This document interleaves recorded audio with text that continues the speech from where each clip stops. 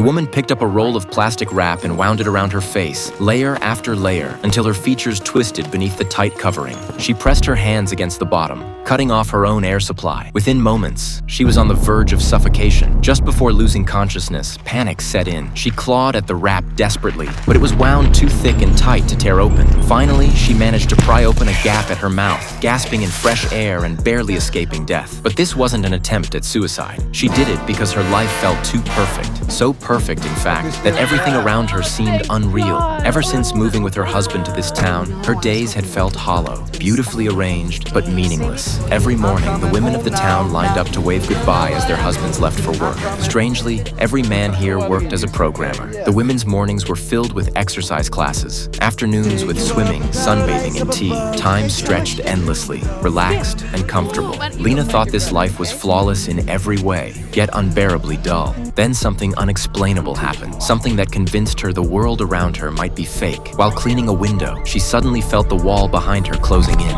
It pressed her against the glass so tightly she couldn't breathe. Then, in the blink of an eye, everything snapped back to normal. Her first thought was that she was hallucinating, but the smudges left behind on the glass made her question that. Later, while cooking, Lena discovered that every egg she had bought was empty. She cracked one after another, and all of them were hollow. That strange detail deepened her suspicion that her comfortable new life wasn't real. Deep down, Lena felt this wasn't her true life. She was supposed to have a job, passions, and purpose, not endless leisure. What unsettled her more was the realization that, since moving here, she seemed to have lost all memory of her past. It struck her that she had never once left this town. Every day, her movements were confined to its neatly defined boundaries. Curious about what lay beyond, Lena took a bus to the very edge of town, but halfway there, the driver refused to go any further. He insisted that only within the town was she truly safe. And then, Lena witnessed something terrifying.